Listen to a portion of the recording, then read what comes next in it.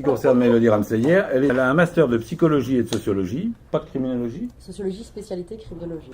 Et donc elle a fait une monographie sur l'histoire de l'AFC. La question que je lui pose de manière un tout petit peu orientée, est-ce que finalement l'histoire de l'AFC s'inscrit dans l'orientation que nous nous sommes donnée depuis quelques années, dont je reparlerai plus tard, autour d'une criminologie d'émancipation?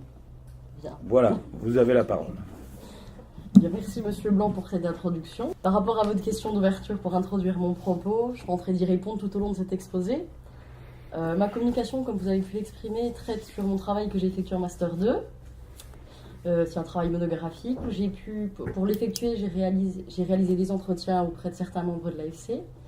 J'ai également consulté les archives de Bobigny et j'ai fait passer un questionnaire aux membres actuels pour connaître un petit peu l'impact qu'a eu ou qu'a encore l'association dans leur pratique professionnelle.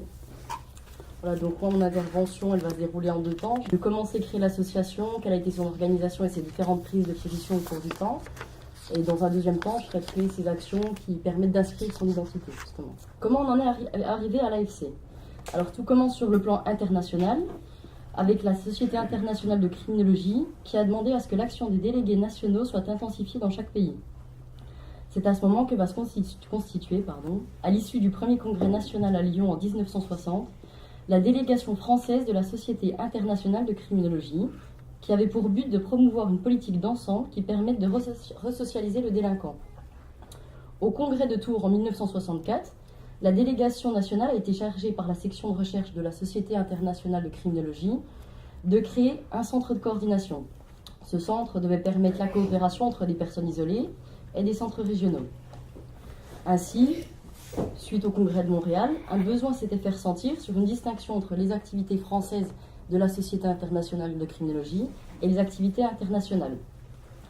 Ces demandes et ces besoins vont faire émerger l'idée d'instituer une organisation tout en permettant d'avoir en son sein le centre de coordination demandé. L'idée d'association va alors émerger. Les statuts seront discutés à l'AG de Toulouse le 9 octobre 1975. Est alors décrété qu'il y aurait une association et qu'il y aurait en son sein un centre de coordination appelé Centre français de criminologie. Et l'association prendra en premier lieu le nom d'Association d'études et de recherche de la délégation française de la Société internationale de criminologie. On attend avec impatience ce nouveau nom, n'est-ce pas? Alors, le bureau est ensuite élu et cette association aura pour première présidente Madame Favès-Boutonier. Ce n'est qu'en 1968 qu'elle obtiendra le nom que nous lui connaissons maintenant, Association française de criminologie. Voilà. Un tournant est donné avec la nouvelle composition du bureau en 86, où se retrouve le pluralisme des disciplines et des fonctions caractérisant la criminologie, comme on l'a travaillé depuis ces quelques jours. Justement, une attention particulière sera portée en 87 sur la nécessité d'organiser la complémentarité des approches de type sociologique et celles de type clinique. Il devient alors indispensable de distinguer la recherche criminologique des autres mouvements d'idées qui s'intéressent à la criminalité. M. Collin sera élu en président en 1988 et le nouveau bureau reflètera cet équilibre recherché entre le droit pénal, la clinique criminologique, les sciences sociales, la pédagogie spécialisée, l'intérieur et la justice, Paris et les provinces. Quelques années plus tard, une volonté de dynamiser l'AFC est exprimée par le projet de Pierre Tournier en fin d'année 96.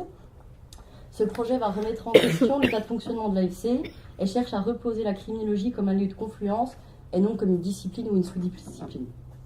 Pour les réflexions au sein de celle-ci sont amenés les thèmes suivants: la formation scolaire des jeunes en matière de criminalité et de justice pénale, les pratiques de recherche et les évolutions méthodologiques, ainsi que la reconstruction de la criminologie dans les pays d'Europe. 2 nouveaux statuts pour l'association seront alors votés en 97, ainsi qu'un nouveau règlement pour le rendre plus simple et plus clair. Au prochain conseil d'administration, la présidente proposera que l'AFC puisse prendre des positions publiques. Celle-ci permettrait de faire entendre les points de vue croisés de médecins, juristes, sociologues, etc. L'AFC pourrait alors élaborer un ensemble de propositions. De cette nouvelle organisation vont alors découler plusieurs prises de décision à l'aide de groupes de travaux et d'actions diverses. Au niveau des groupes de travaux, on peut par exemple parler du collectif Octobre 2001, qui a été créé en vue de marquer le 20e anniversaire de l'abolition de la peine de mort en France. On a également des cycles de conférences qui seront établis. Le premier sera dirigé par Laurent Micheli. On peut également parler du groupe Mesures et sanctions pénales, qui est traité au départ par l'association Recherche, Confrontation et Projet, qui fusionnera avec l'AFC. Et le dernier groupe que j'avais relevé dans les archives qui me paraissait important, c'était le groupe Candide, groupe cellule d'analyse des discours sur la délinquance. À travers ce groupe, l'AFC pourra faire connaître ses points de vue sur l'actualité, ses positions sur les thèmes dans les débats publics concernant les questions criminologiques qui peuvent être abordées. L'actualité sera aussi travaillée grâce au vendredi de l'AFC, où la première séance est tenue en 2012, qui va consister en un débat pour la première séance sur le secret partagé. À travers ces groupes d'action et son organisation, on remarque que l'AFC cherche à développer ses relations non seulement à l'international, mais également régionales au cours de l'année 2002 notamment. Il est question de créer des délégations régionales en relation avec d'autres associations. Sur ce plan, le conseil d'administration adoptera définitivement les règles de fonctionnement des délégations régionales présentées. L'objectif est alors de faire connaître la criminologie au niveau régional en développant des actions de sensibilisation, de collaboration avec les partenaires locaux. L'idée étant de rester actif sans pour autant inonder d'actions les régions. Alors voilà, après avoir vu comment l'AFC s'était développée, organisée, comment elle s'est appuyée sur ses prises de décision, je vais parler de l'application de celle-ci à travers différentes actions, notamment les plus signifiantes, au vu des éléments précédents. Je vais parler en premier lieu du prix Gabriel Tarde, qui n'a pas toujours été pris en charge par l'AFC. En effet, il débute en mars 1971, où le Comité de coordination des recherches criminologiques, donc le CCRC, créé en 1968, va exprimer sa volonté d'élaborer un prix français de criminologie.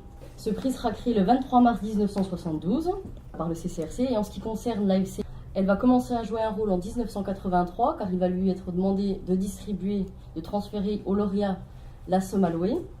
Et ce n'est qu'en 1984 que le secrétaire général du CCRC va proposer à l'AFC de reprendre en charge ce prix, puisqu'il va disparaître.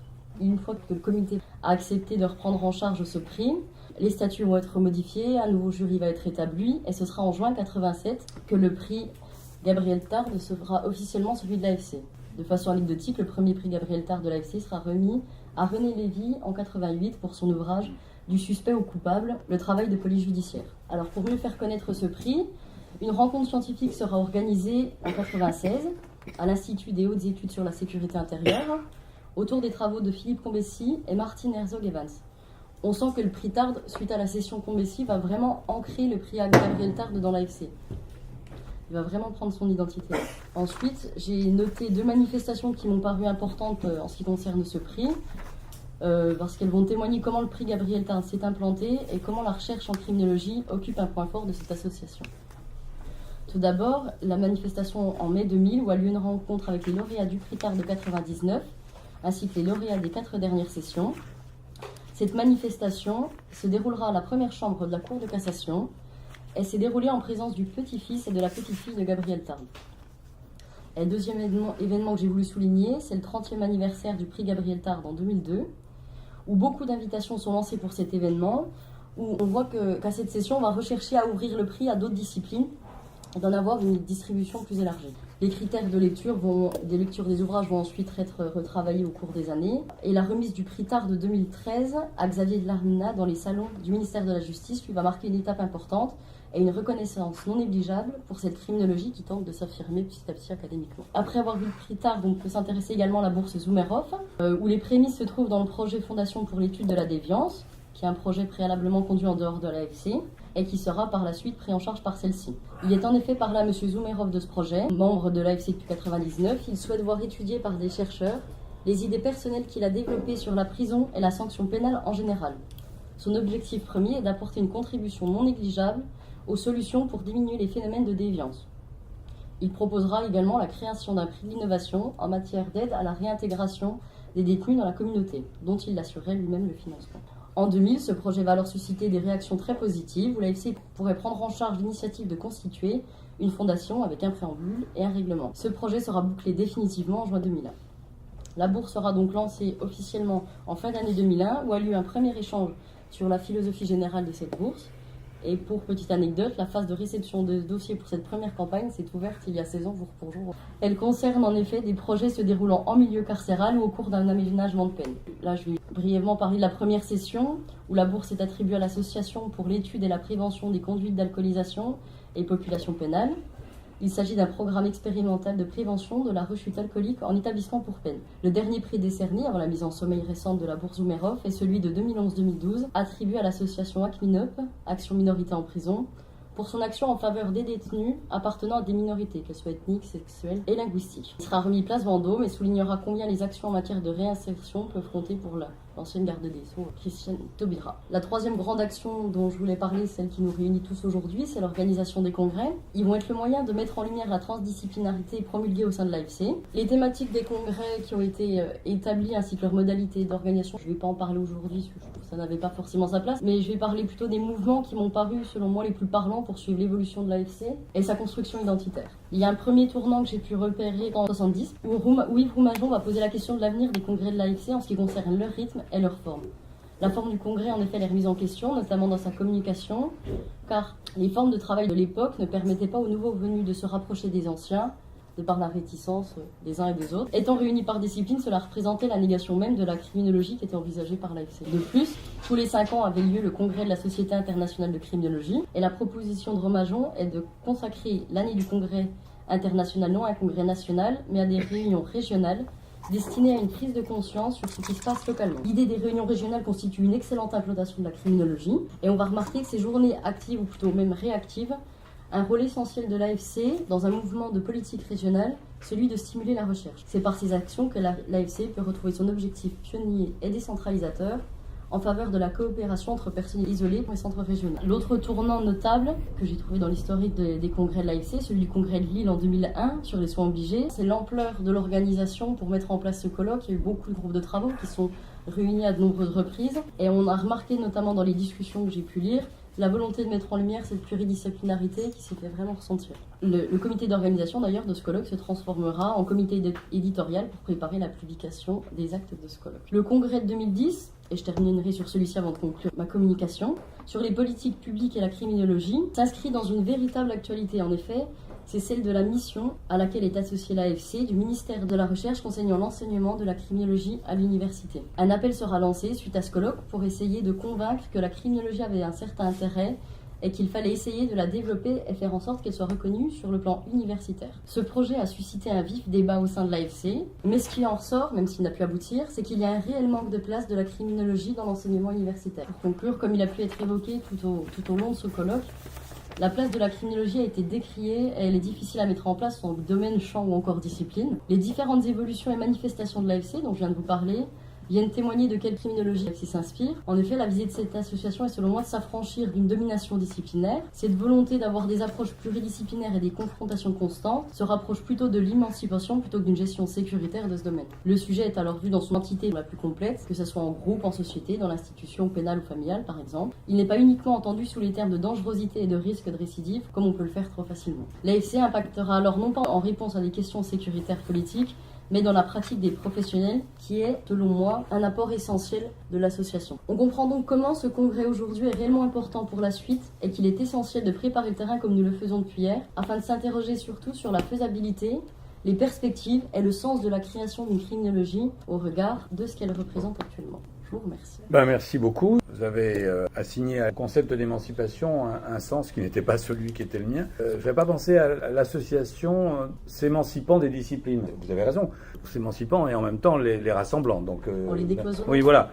Moi, j'étais plutôt sur une émancipation d'un autre ordre dont je parlerai un petit peu plus tard. 1960, c'est à la fois vieux et très récent. Ce qui est intéressant, c'est par rapport à ce que nous disait Marc Canville hier, c'est que l'origine est internationale. C'est-à-dire, c'est à partir d'une société internationale qu'il y a eu, à un moment donné, des gens qui se sont dit il faut peut-être qu'on fasse quelque chose en France quand même. Mais ça existait ailleurs avant, quoi. Alors, au cas où tout le monde n'aurait pas fait le lien, ce que vous avez, je trouve que c'est intéressant que vous ayez fait la part des choses entre l'histoire de l'association elle-même et ce que vous appelez son action, ses modalités d'action. Alors, ce qui est parfaitement clair, c'est les deux pieds sur lesquels fonctionne l'association, c'est-à-dire à la fois les savoirs. Donc c'est le prix Gabriel Tarde. Il serait intéressant d'ailleurs qu'un jour on réunisse l'ensemble des lauréats du prix Gabriel Tarde parce qu'il y a des travaux qui sont absolument remarquables, certains qui sont révélés tout à fait intéressants à une période où le sujet paraissait relativement exotique. Et puis l'autre pôle qui vient plus tard, c'est la bourse Zoumarov qui illustrait là aussi une dimension que j'énonce simplement, c'est-à-dire qu'il y a non seulement des adhérents personnes physiques mais aussi des adhérents personnes morales à l'AFC, dont énormément d'associations du type de la Farapège ou de la Rapège, qui sont des associations de bénévoles intervenant dans le milieu pénitentiaire. Et la Bourse de Maroff avait vocation à récompenser des projets qui visaient des publics en difficulté, relevant à un moment ou à un autre du pénal. C'était aussi l'occasion de constituer un jury et d'avoir des débats avec des gens qui étaient dispersés sur le terrain, parmi en particulier les bénévoles.